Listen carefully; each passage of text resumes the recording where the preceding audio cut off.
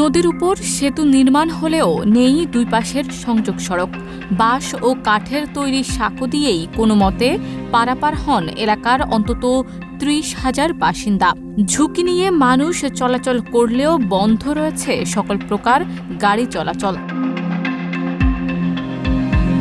বরগুনার আমতলী উপজেলার গুলিশাখালী নদীতে ৬ কোটি ২২ লাখ টাকা ব্যয়ে নির্মিত এই সেতু সংযোগ সড়কের অভাবে মানুষের কোনো উপকারেই আসছে না। আমারাগাছিয়া বাজারসহ বিভিন্ন শিক্ষা প্রতিষ্ঠানের শিক্ষার্থীদের যাওয়া আসা এবং চিকিৎসা সেবা নিতে দুইটি ইউনিয়নের মানুষ এই সেতুর মাধ্যমেই ঝুঁকি নিয়ে যাতায়াত করেন। আসলে সরকারের কোটি টাকা ব্যয়ের এই সেতু আসলে জনগণের কল্যাণে মোটেই কাজে আসছে না। আমাদের কলেজ আছে, আমাদের চিকিৎসা আছে, আমাদের যত যাতায়াত এটা এই ব্রিজের উপর নির্ভর করে আমাদের করতে হয়। আপনার প্রিয় কাপড়ের যত্নে এলো এনজাইম সমৃদ্ধ Arik silver wash detergent powder 500 গ্রাম মাত্র 70 টাকা। প্রিমার্ক। কোনো গাড়ি ঘোড়া আসা যাওয়া হয় না। এই ধরেন মানুষজন যেতে খুব কষ্ট হয়। তারপরে এই বাসের ওই শাক্কা দিয়ে ব্রিজের লাগে গেলে তারপর নিচে নামবে এইবার আসা যাওয়া করতে হয়। 2 বছর ধরে এই ব্রিজ এই অবস্থায় আছে।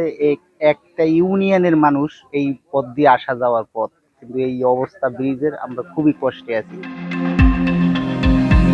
তবে সংযোগ সড়ক নির্মাণের জন্য দ্রুতই দরপত্র আহ্বান করা হবে বলে জানিয়েছেন বরগুনার স্থানীয় সরকার প্রকৌশল অধিদপ্তর। যে ডিজাইন বর্তমানে এখন দিয়েছে সেই ডিজাইন অনুযায়ী এস্টিমেট করে ঢাকায় পাঠিয়েছি।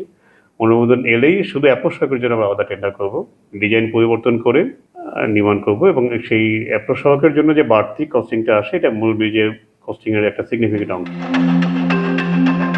২০২৩ সালের ১৯ মে এই সেতু নির্মাণে messrs Kohinoor enterprise and Tripura নামের একটি বরিশালের ঠিকাদারি প্রতিষ্ঠানকে কার্যাদেশ দেয় এলজিইডি।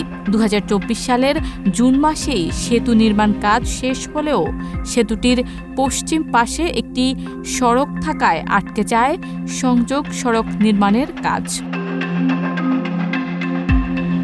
শারমিন নিশু, ঢাকা পোস্ট।